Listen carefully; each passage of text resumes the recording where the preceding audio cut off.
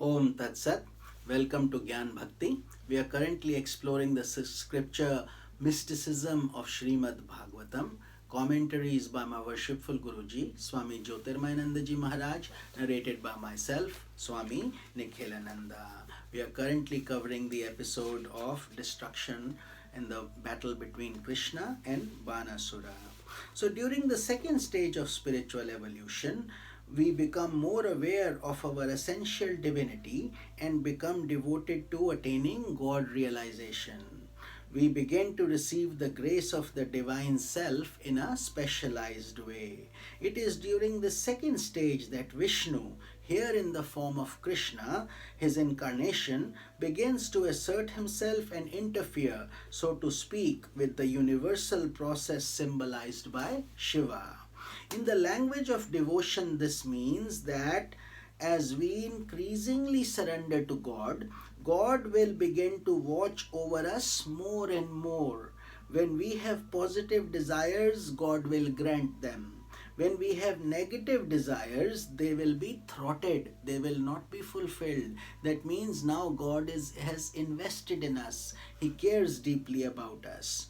So Vishnu will not grant us our desire if what we are asking for is not good for us. Just like a mother does not want her child to have a knife since he may cut himself. So if we want to sow a poisonous tree in our garden, Vishnu will prevent us from doing so by sending out some raccoons or rats to dig up that poisonous seed and throw it away. Each time we try to sow poison, Vishnu will destroy it. A battle as if begins to rage between Vishnu, Krishna, the specialized aspect of God, and Shiva, the universal aspect of God, to enable the soul to move away from mental distractions or Banasura. Vishnu draws us from distraction until finally our mind becomes one-pointed, focused. At this point, most of the arms of the distracted mind are destroyed. Sankalpas, egotistical desires are removed, and our mind becomes firmly fixed on the goal of self-realization or mukti, liberation. Why did Krishna not destroy Banasura? In the spiritual process, the objective is not to destroy the mind, but rather to destroy the distraction within the mind. The very same mind that causes bondage will also lead us to liberation. Krishna destroys all of Banasura's arms except for four. This is also symbolic. Two arms symbolize human consciousness, four arms denote the emergence of divine consciousness, which encompasses the four directions. So Shiva's fever versus Krishna's fever. An interesting aspect in the battle is that Shiva sent forth a fever called Maheshwari Jwara, which had 3 legs and 3 heads. To combat against it, Krishna created another type of fever which destroyed the fever generated by Shiva. In the cycles of birth and death, that constitutes the world process. Maheshwari Jwara afflicts everyone. Anyone who is born, anyone who is in the process of embodiment suffers from that fever. Any living being who struggles to fulfill his restless desires finds his body and mind heated up by that struggle. He has no choice but to suffer from Shiva's fever. Shiva's fever or Maheshwari Jwara doesn't give you any direction. We simply go on moving from one embodiment to another, and in every embodiment we suffer. For the majority of people, fever is endured for very little constructive gain.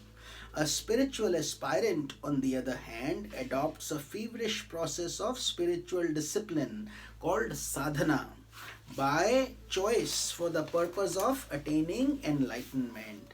This feverish process is symbolized by Krishna's fever or Vaishnavi Jwara, which has all the power necessary to defeat Shiva's fever. If we allow the spiritual path, we follow it, the trouble we encounter will be infinitesimal compared to the trouble that we have already encountered. or would have continued to encounter in the future. So, this is a change in our direction, the spiritual life. This is an important point to understand.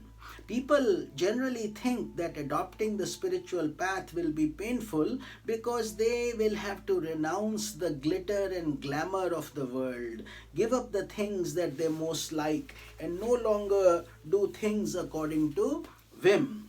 Viewed from an advanced point of view, however, when you adopt a disciplined process, so we are in a much better position to enjoy our life.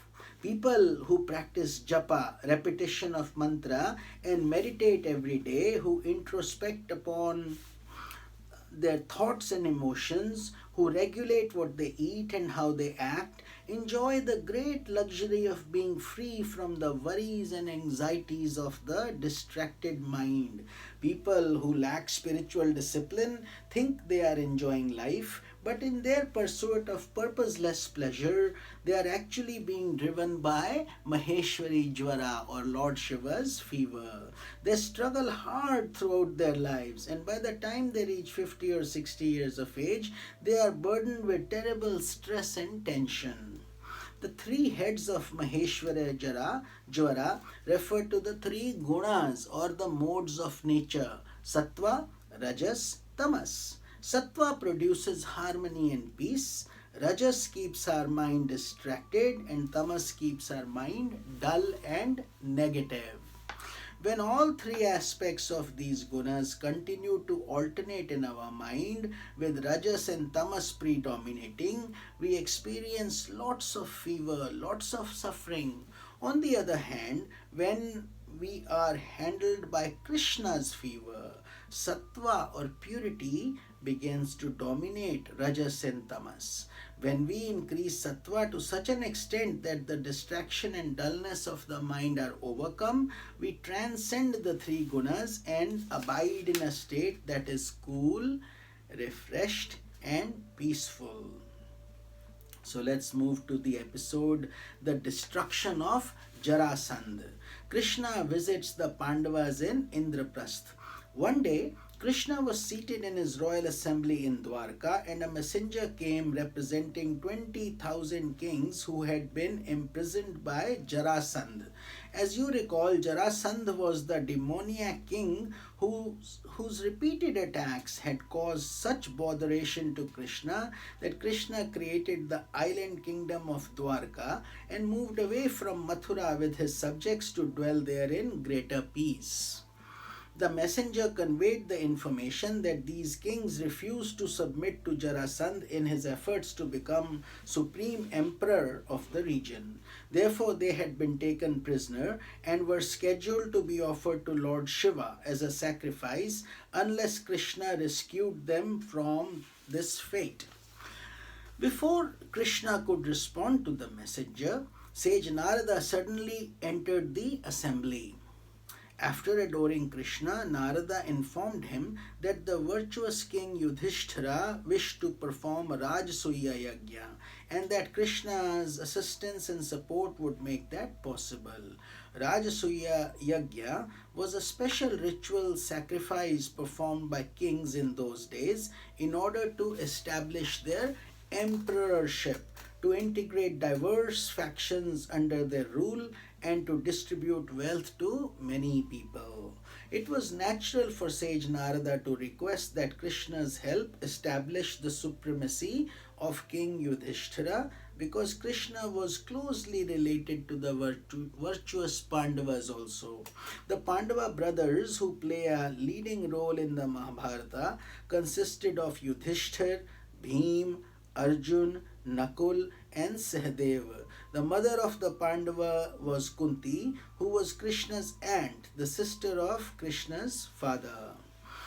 Having heard the words of the messenger for the 20,000 kings as well as the words of Narada, Krishna spoke in a humble fashion to his counselor Uddhava and requested his opinion about both matters. Uddhava advised that bringing about the defeat of Jarasandha once and for all would both free the imprisoned kings as well as establish Yudhishthira as an undisputed monarch. So we'll continue this episode in tomorrow's satsang. This is Swami Nikhilanand. Om Tat Sat.